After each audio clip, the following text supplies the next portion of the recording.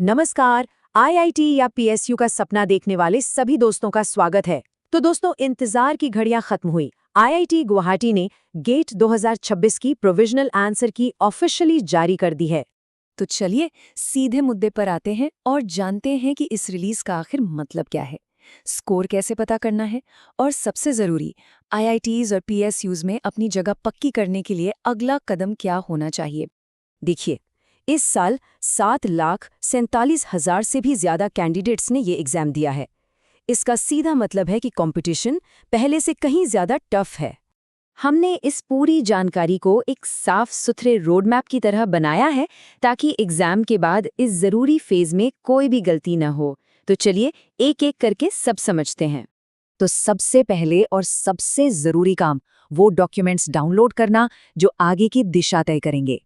IIT Guwahati के official portal पर ये बहुत ही आसान से स्टेप्स दिए गए हैं, बस इनको फॉलो करना है और आंसर की और पर्सनल रिस्पॉन्स शीट दोनों आपके सामने होंगी। जैसा कि हम सब जानते हैं, इस बार का एग्जाम 4 अलग-अलग दिनों तक चला था।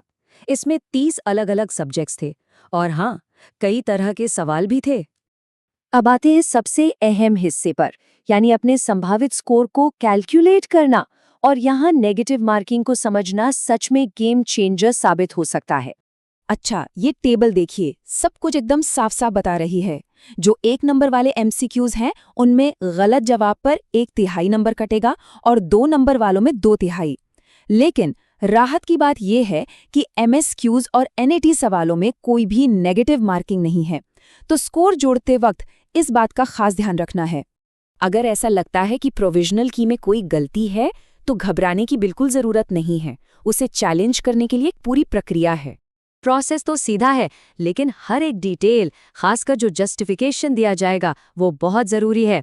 उसी के आधार पर चैलेंज पर विचार होगा। सब्जेक्ट एक्सपर्ट्स का एक पैनल सभी ऑब्जेक्शंस को रिव्यू करेगा, जिसके बाद 19 मार्च को फाइनल आंसर की और रिजल्ट्स आ जाएंगे। और हाँ, ये याद रखना है कि हर सवाल के लिए जो 500 रुपये की फीस है, वो नॉन रिफंडेबल है। अब जब एक अंदाजन स्कोर हाथ में आ गया है, तो असली सवाल ये है कि इस स्कोर से एडमिशन और नौकरी के कौन-कौन से मौके मिल सकते हैं। शुरुआती एनालिसिस और पिछले सालों के ट्रेंड्स को देखें तो ये कुछ बड़ी ब्रांचेस में जनरल कैटेगरी के लिए एक्सपेक्टेड क्वालिफाइंग मार्क्स हो सकते हैं। और रुकिए, रिक्रूटमेंट के मोर्चे पर गेट 2026 के कैंडिडेट्स के लिए एक बहुत बड़ी, बहुत ही अच्छी खबर है। और ये देखिए, गेल इंडिया लिमिटेड 70 एग्जीक्यूटिव ट्रेनी की भर्ती कर रहा है। मतलब जो लोग केमिकल, इंस्ट्रूमेंटेशन, इलेक्ट्रिकल और मैकेनिकल फील्ड से हैं, उनके लिए एक सुनहरा मौका है। सिलेक्शन सीधा गेट 2026 स्कोर के आधार पर होगा और उसके बाद होगा ग्रुप डिस्कशन या फिर पर्सनल इंटरव्यू। अब तात्कालिक नतीजों से थोड़ा आगे बढ़ते हैं और ये समझना भी बहुत जरूरी है कि गेट स्कोर की लॉन्ग टर्म वैल्यू क्या है।